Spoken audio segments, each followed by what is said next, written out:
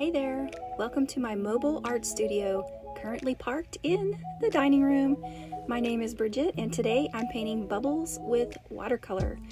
I was inspired by Kristy Rice of Paintcrush, who recently had a YouTube short and actually also another full-length video where she created a similar painting, a similar bubble painting with her watercolor.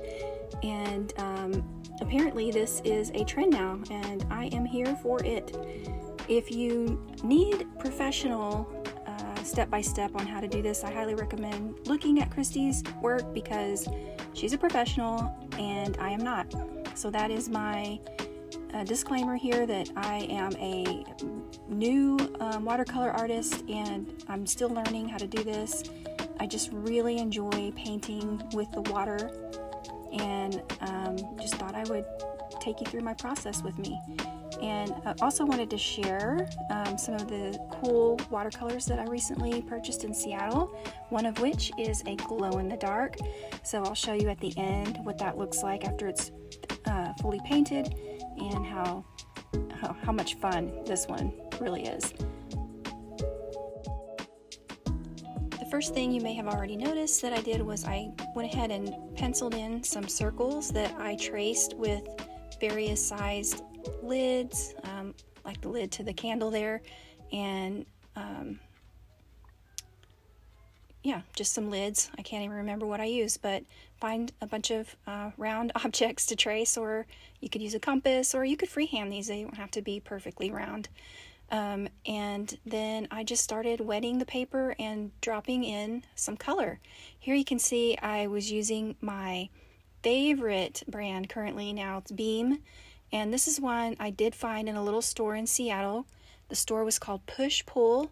It's in the heart of Ballard, or this Ballard area. I thought it was a city, but I looked it up and it is technically in Seattle.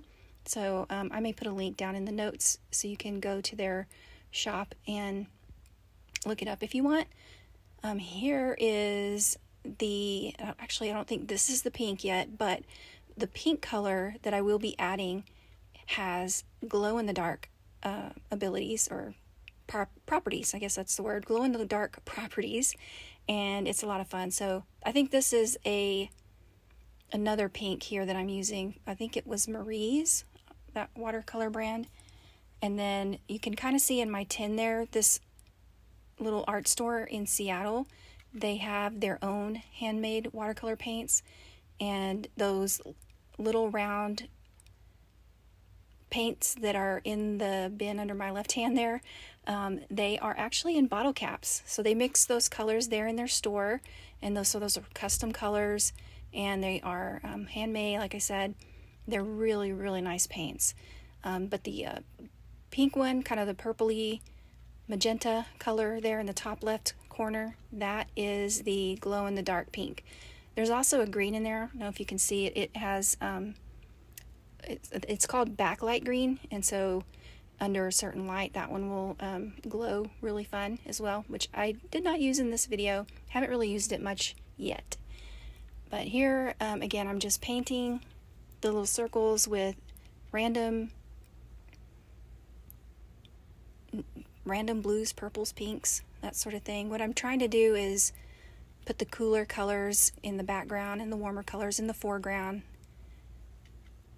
I'm just dabbing in some paint mostly just to watch it, to entertain myself. I really love watching this paint bloom in the water. It's so relaxing to me to paint these circles. And so I haven't really, perfected the whole shading of a circle and, where the light might be. So this is really more of sort of an abstract version of a bubble and not necessarily how it would actually reflect light, but I am thinking a little bit about how it's reflecting light and leaving some white spaces and that sort of thing.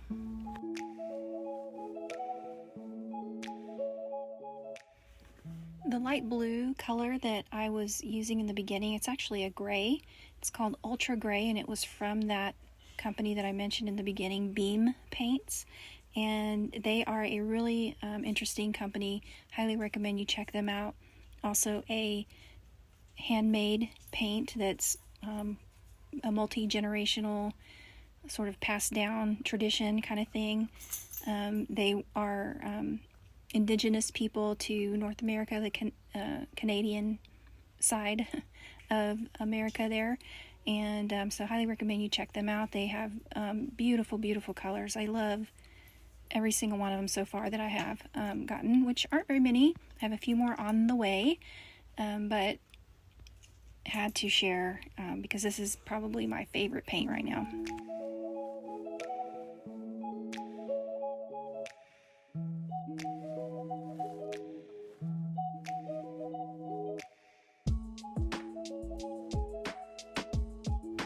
Please do excuse my head here. I've got morning bedhead, I believe. I'm not yet gotten ready for the day. I came straight to the desk, to the table, and started painting.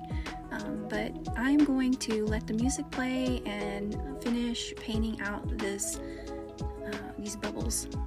I'll come back in just a bit when the glow-in-the-dark paint comes into play.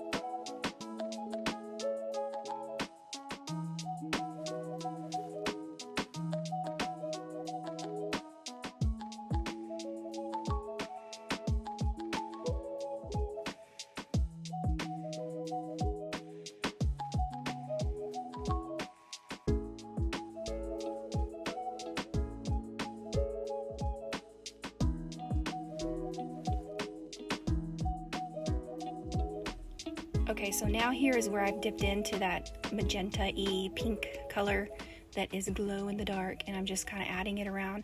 I really wish I had paid a little bit more attention to where I was putting it and made it more bubble-like, I guess. It ends up looking sort of spacey, I guess.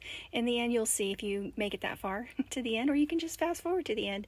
But yeah, that's next time I use it, I will definitely be thinking about the composition of the pink in and of itself, because it is, it looked okay, it was cool, but it could have been better.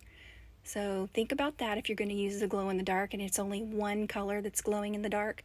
You got to realize that when the lights are out and you can't see the other colors, you're only going to see that pink. It actually looks kind of bluey in the glow in the dark. And yeah, so the composition would need to, be considered.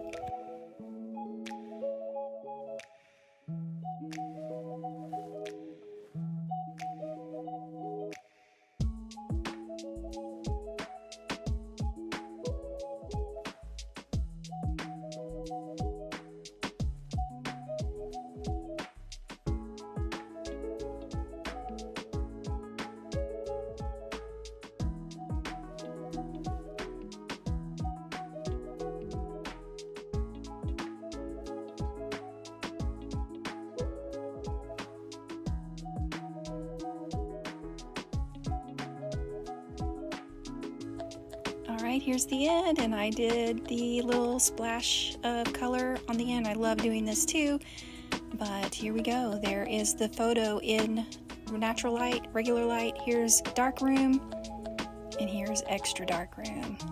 Hope you enjoyed that. I think it's really cool. And please do like and subscribe. Bye!